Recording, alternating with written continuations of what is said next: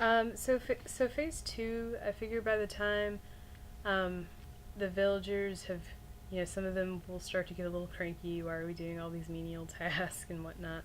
And they really want to start to learn more about, how to read and write and whatnot. I think this would be a good time to introduce um, ethics through storytelling. One of the stories that I recommended was Alexander Dumas' The Count of Monte Cristo. Anybody that I've ever met who has sort of had to go through a very bootstraps experience really is able to identify with the story and recognize how not having knowledge and not being able to understand what's going around has helped to enable some of the conditions and circumstances that and barriers that people have been unable to overcome. And so,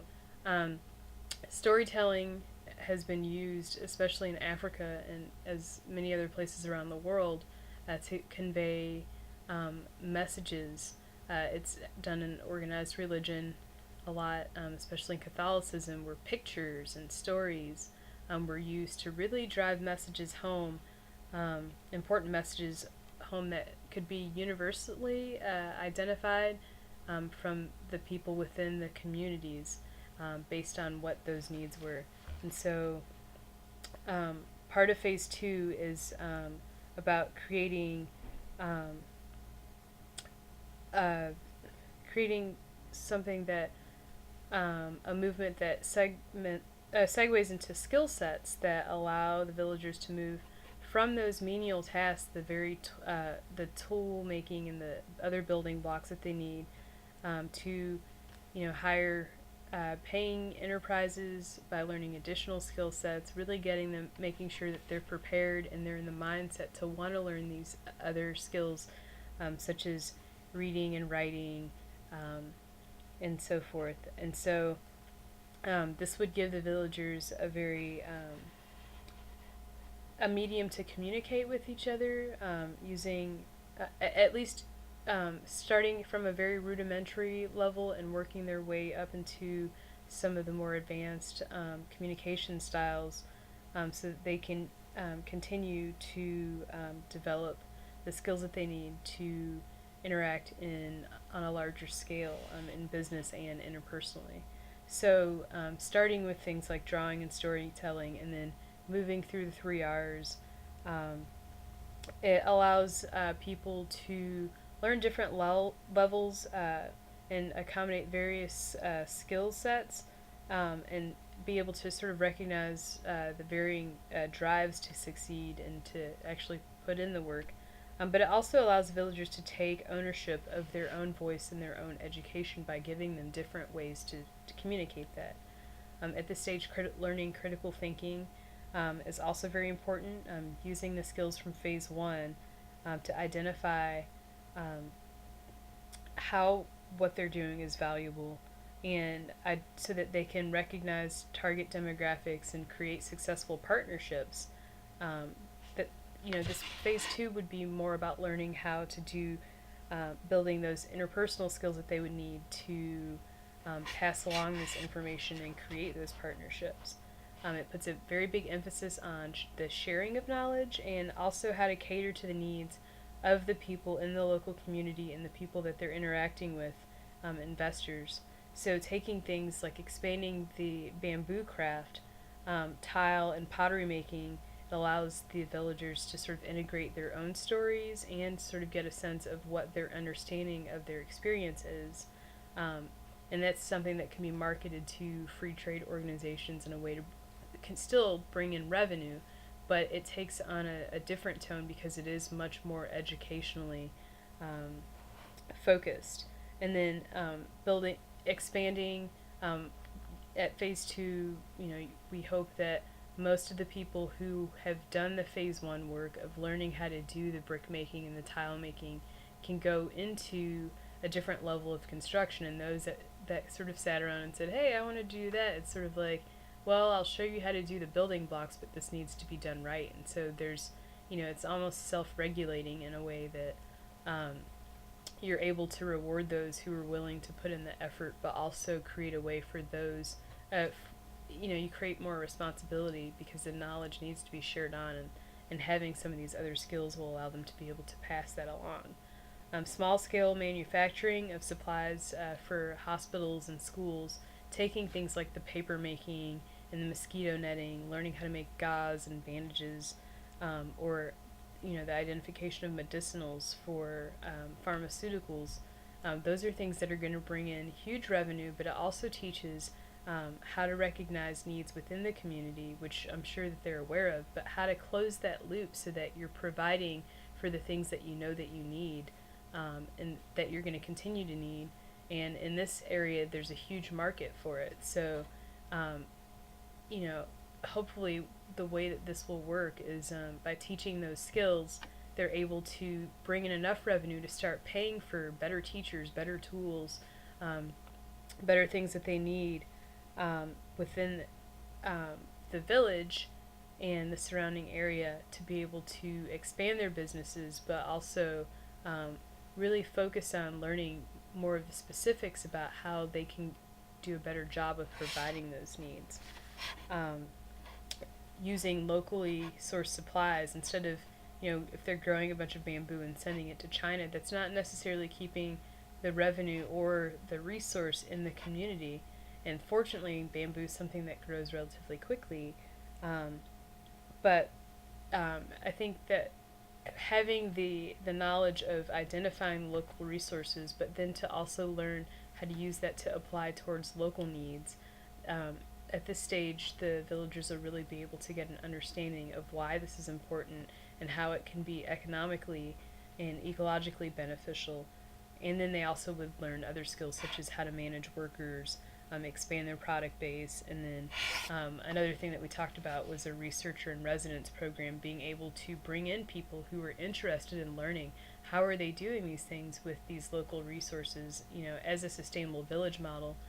this could be used as a great way to share knowledge and share those instead of necessarily paying teachers. It could just be a knowledge exchange where an ecologist comes in and teaches them, the villagers, this, bitter orange is actually used in, the West to treat type 2 diabetes. And so they know that this is something that they want to include in their intercropping so that they have that available to bring in money as a resource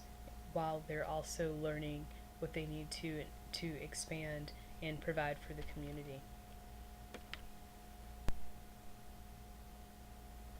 Phase 3 is a little bit more of an advanced learning stage.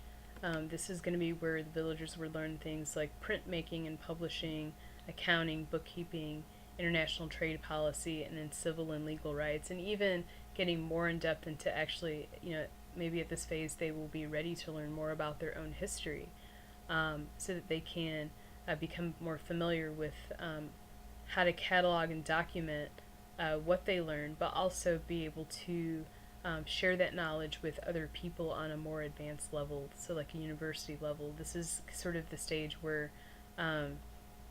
we hope that the villagers will be able to sort of partake in, a more broad scale of sharing their findings, their experience of learning through this development model, of their histories. At this point, they get a fair amount of ownership with that, but through these processes of learning some of the skills, educational topics that I just identified, and also this learning these skills would also help protect the villagers once they start getting into a larger playing field, especially if they're going to be trading internationally with groups that are not necessarily labeled as fair trade organizations, and they're dealing with other universities, dealing with other organizations, so that they can protect themselves, so that even if they're not necessarily able to catch it in the business dealings, as they're learning, being able to have that stuff documented. If something leads to a potential legal dispute, they can go back and say, well, no, we have this here that says this, and it's a way for people who are interested in helping to protect people who are, at this, by reaching this stage, they've exhibited that they've done done a lot of work to really get to this stage. So we want to keep that going and make sure that they are not being taken advantage of. And so I don't want to say that it's going to get a lot of activists or anything involved. As long as everything's on the up and up, it's fine. But if not, learning even just like the trade laws and the legal aspects, they can know who to go to make sure that they're getting their needs met as well. And computer skills at this point, we'd like to think that by being able to build some of these industries, they will be able to afford to start putting in things like communications networks and bringing in computers and things that can be used to help them catalog these resources, but also help them to recruit, a larger network of people, or even if it's they're sharing the information with others, like being able to do that. The internet is available in so many developed nations, and it's been one big building block that has helped people to connect all over the world. And learning how to use indigenous skills to build from the bottom up is something that's huge. And I'm sure that there are going to be people who are very interested in learning how a culture that has a history such as the one that Liberia has been able to overcome that. So even being able to share their story, recruit teachers, better quality teachers, better jobs, people that are interested in integrating fair trade and positive human rights standards in some of the things that they're doing in their own communities. Being a sustainable village model, this stage would really be sort of the tool to sort of market and share what the village of Duayee has done. And so then with the phase 4, it would be more about turning all of these, turning all of the learning and over to the villagers, so that this is something that they're doing within their own community and teaching to the different chiefdoms and clans. And it's something that they are facilitating. They will have the skills and understand the process a lot more of how to go about building any future endeavors that they want to do, and sort of turning it over to them. Ideally, at this stage, just really emphasizing the importance of the responsibility with the ethics and how they supply their products, where they supply their products, all of these different things will transform the history of the villagers of this Liberian village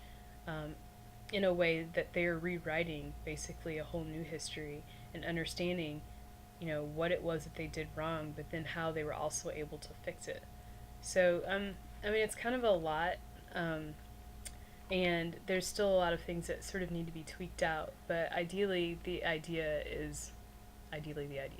no, so the idea is that the villagers will be able to use real world hands-on experiences of learning how to use their natural environment and interface with that responsibly to create cottage industries that can create the capital so that they can finance their goods and needs and provide services and work as a model for other villages and communities that want to do something similar. And